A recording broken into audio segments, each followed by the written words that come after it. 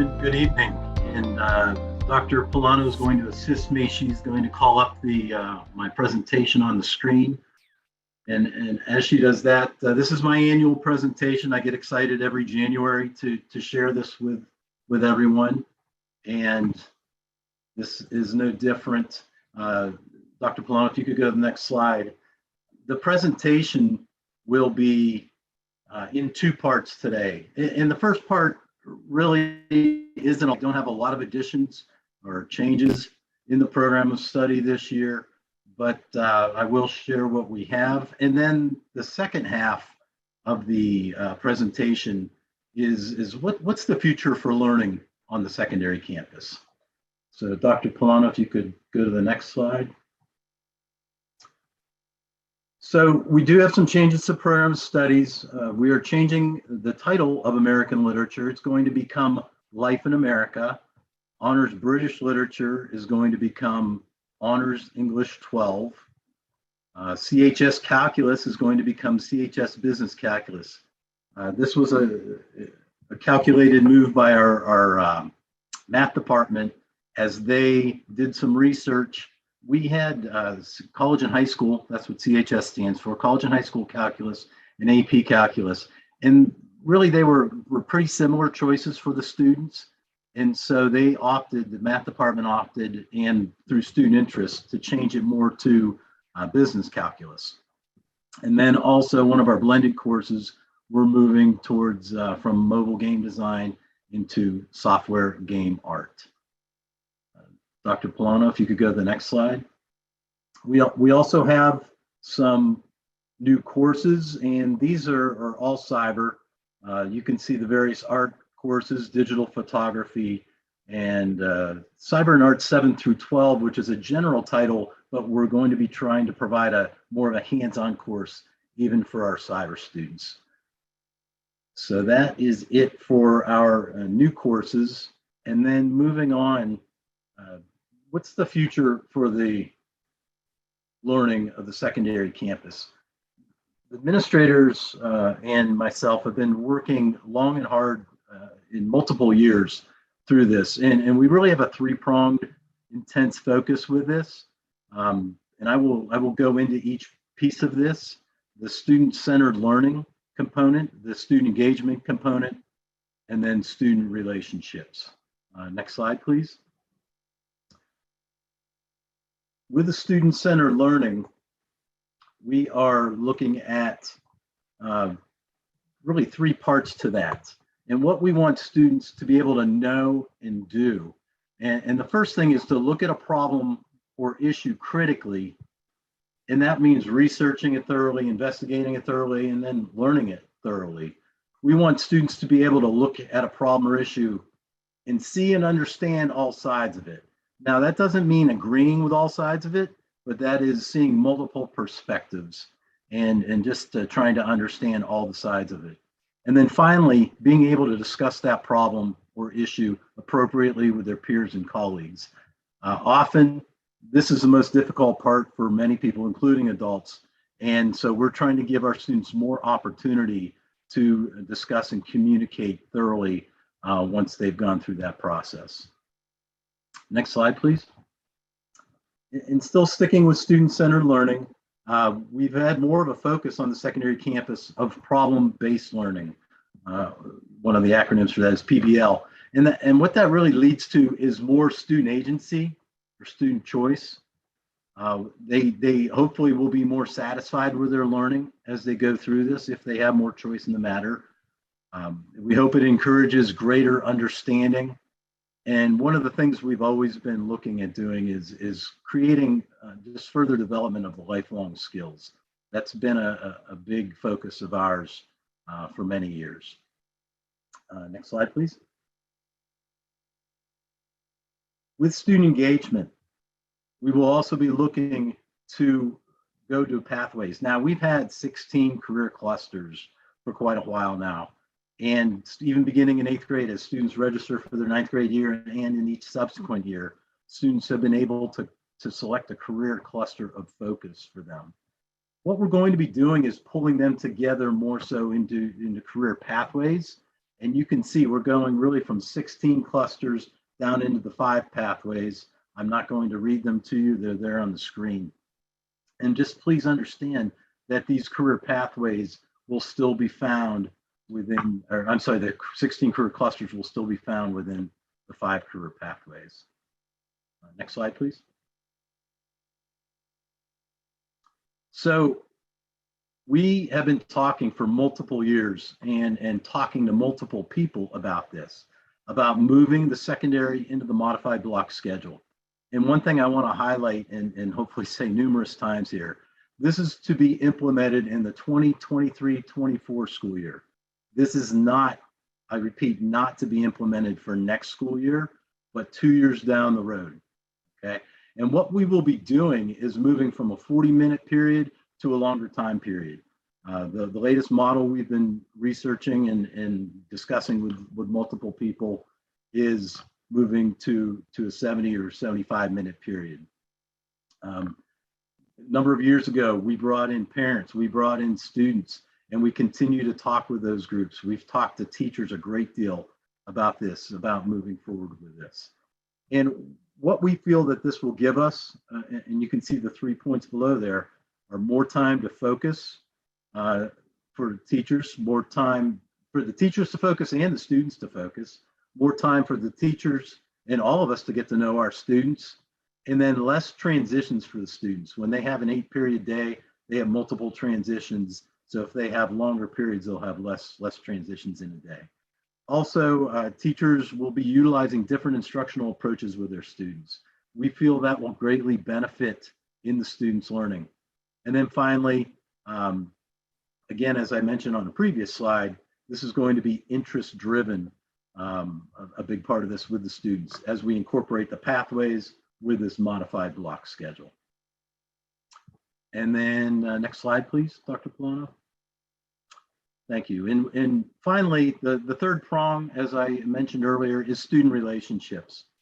And we've been spending some time talking with teachers about this, talking with administrators about this.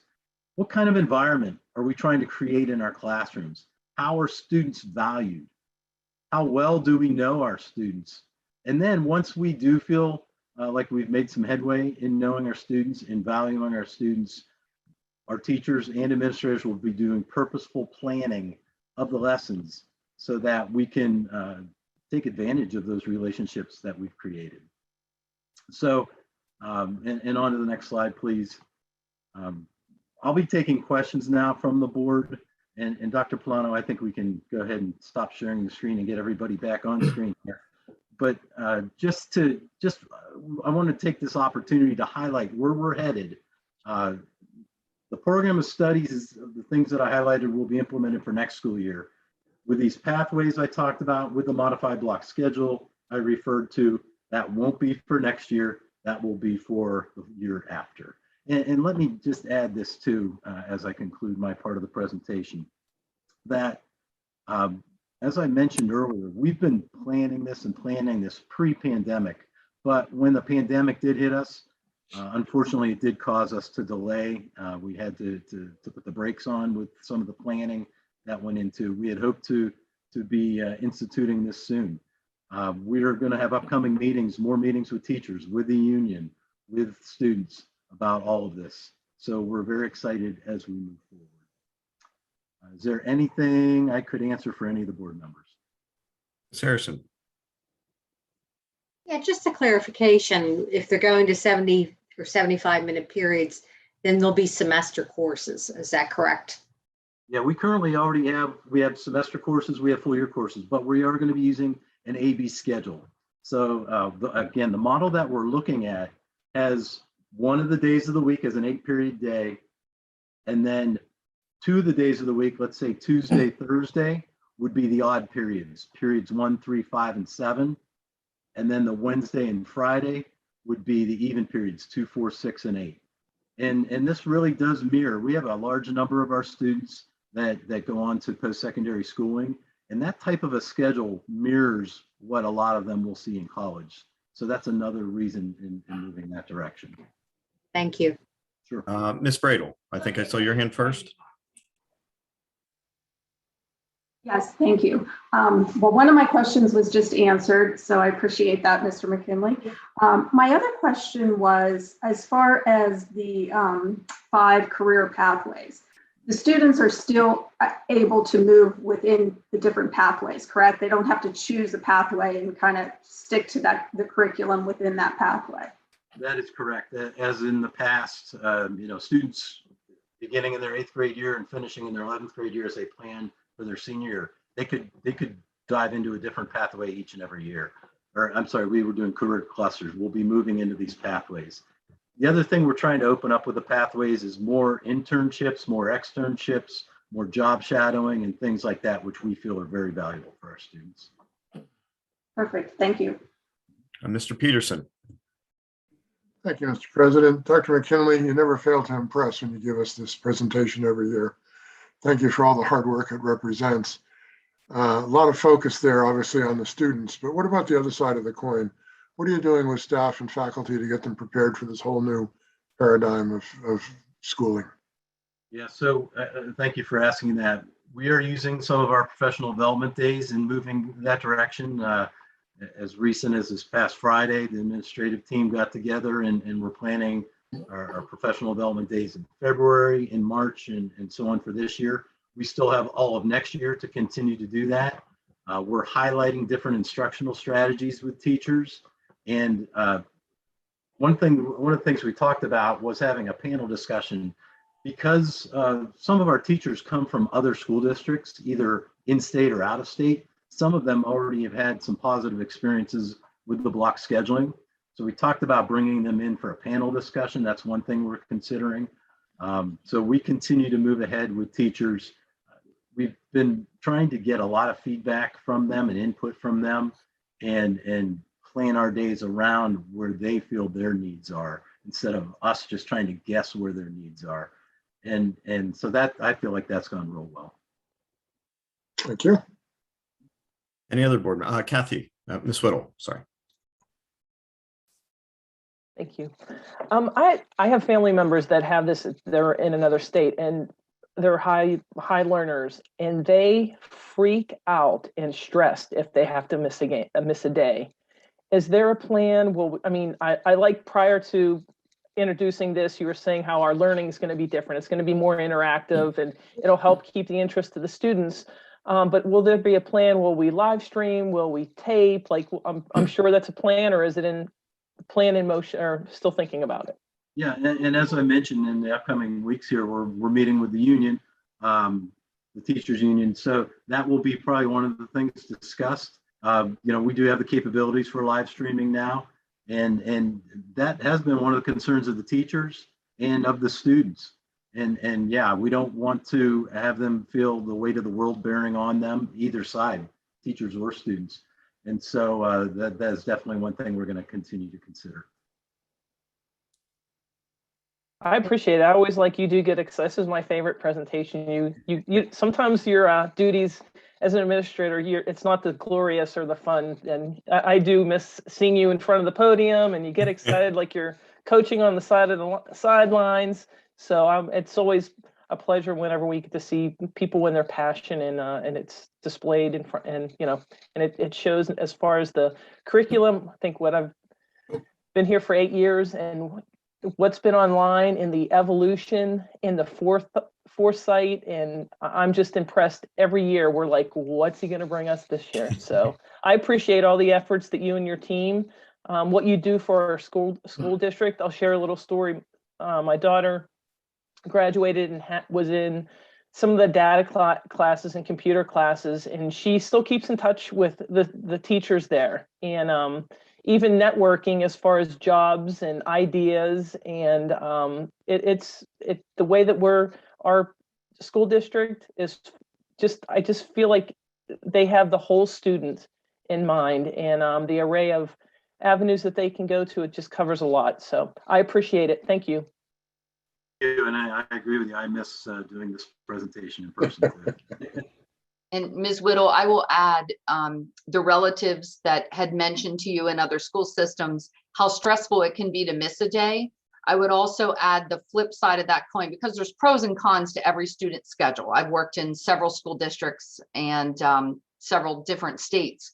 And one thing I've always been, unless you have a secondary student in your home, you don't quite, or you've experienced this with your own children, you forget what it's like to be in high school and to have multiple exams on the same day.